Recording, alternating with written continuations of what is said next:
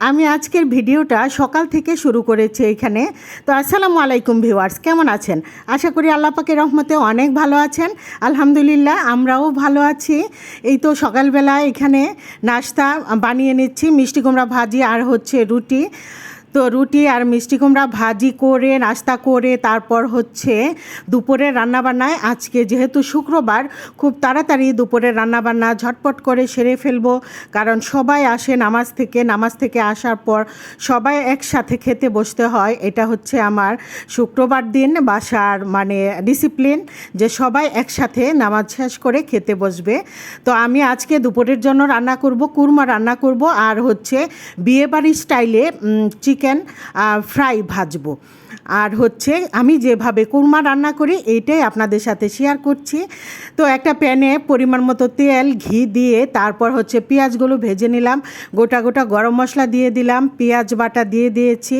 আমি আবারও কতগুলো পেঁয়াজ বাটা দিয়ে দিয়েছি, মোট মিলিয়ে আমি এখানে 1 কাপ পেঁয়াজ বাটা দিয়েছি, আদা রসুন বাটা দিয়েছি, জিরা গুঁড়া, তারপর হচ্ছে ধনিয়া গুঁড়া দিয়েছি। আমি যেহেতু কুরমা রান্না করব সেজন্য এখানে পেঁয়াজ বাটাটা বেশি পরিমাণে দিয়েছি, 1 কাপ পেঁয়াজ বাটা দিয়েছি। তারপর হচ্ছে মশলাটাকে খুব ভালো করে কষিয়ে নিয়েছি, লবণ দিয়ে দিয়েছি, কাঁচামরিচ দিয়ে দিব, তারপর হচ্ছে চিকেনগুলো দিয়ে দিলাম। এখানে একটা মুরগি নিয়েছি আমি, এত বড় পিস করি নাই, ছোট ছোটই করেছি, মিডিয়াম সাইজ, মানে ছোট ছোট করে। কুরমাটা ছোট ছোট করে করলে আমার কাছে ভালো লাগে, আমার বাসার সবাই ছোট পিসেই পছন্দ করে, বিশেষ করে কুরমা রান্নায়।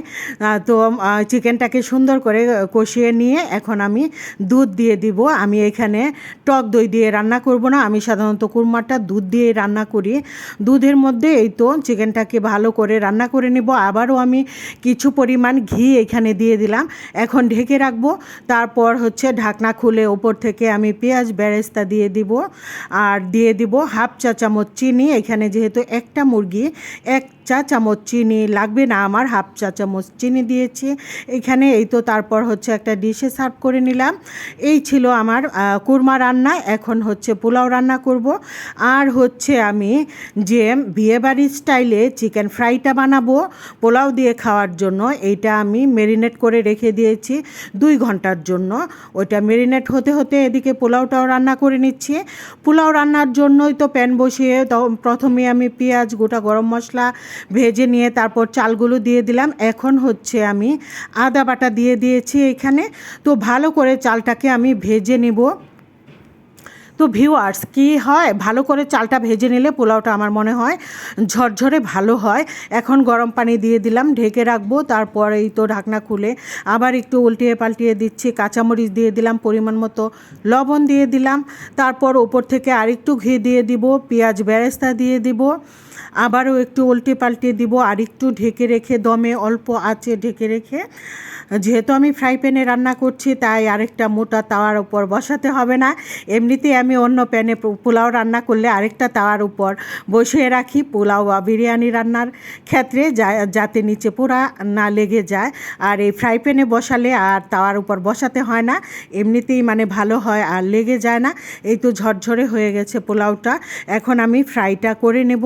তো ফ্রাই আমি বিট লবণ, তারপর হচ্ছে আদা রসুন বাটা, মরিচ গুঁড়া, এখানে ধনিয়া গুঁড়া, জিরা গুঁড়া, সয়া সস, টমেটো সস সব কিছু দিয়ে, গোলমরিচ গুঁড়া সব কিছু দিয়ে মাখিয়ে রেখেছিলাম। তারপর হচ্ছে ডিম দিয়েছিলাম, একটা ডিম ভেঙে দিয়েছিলাম।